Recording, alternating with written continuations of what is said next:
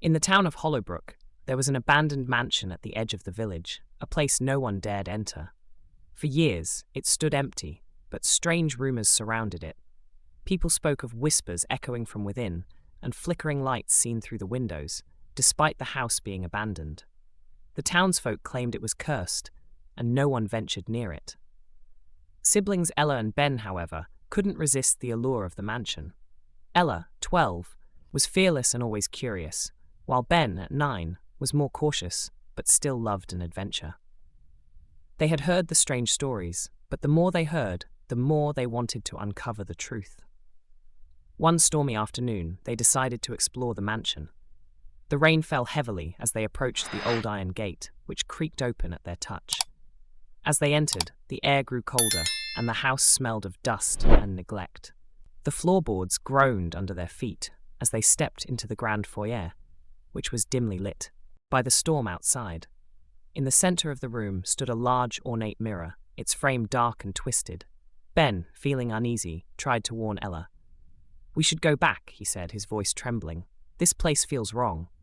But Ella, eager to explore, ignored his warning. She approached the mirror and stared at her reflection. Something was off. Her reflection didn't move when she did.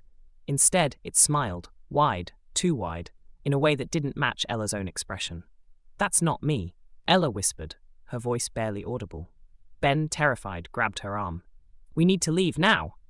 But as he pulled her away, the mirror's surface rippled, as if it were water disturbed by a stone. A shadow began to emerge from the glass, a tall, dark figure cloaked in shadows, its eyes glowing a faint red. "Come closer," the figure whispered, its voice cold and hollow. Ella froze, unable to move as the figure's voice seemed to draw her in. But Ben, terrified, pulled her back, shouting, "Ella, we need to go." The figure's skeletal hand reached out from the mirror, and the air grew heavy, thick with a sense of dread. Suddenly, the front door slammed shut behind them, trapping them inside. The mansion seemed to come alive, the walls stretching and shifting, as if the house itself didn't want them to leave. Panicking, they tried to escape, running down dark corridors that twisted and turned, growing narrower with every step. The whispers echoed around them, growing louder and more urgent. Strange figures began to appear in the shadows, their eyes glowing red, their faces contorted in agony. These were the souls of those who had entered the mansion before them, forever trapped within its cursed walls. Ben's heart pounded in his chest as he dragged Ella through the maze of hallways, desperate to find an exit. But no matter how many doors they opened, they found themselves deeper inside the mansion, the walls closing in. Every corner seemed to lead to more darkness. Just as they thought, they couldn't go any further.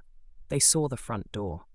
It was wide open, the rain falling outside, beckoning them to escape. Without hesitation, they rushed toward the door, their feet pounding against the floor as they ran. As they burst out into the stormy night, the door slammed shut behind them and the mansion stood silent once more. Ella and Ben stumbled away from the house, drenched in rain, their hearts still racing. But as they looked back at the dark silhouette of the mansion against the stormy sky, they knew the house hadn't released them. The whispers still echoed in their minds, and the mirror, with its dark figure, waited silently for the next curious souls to wander too close.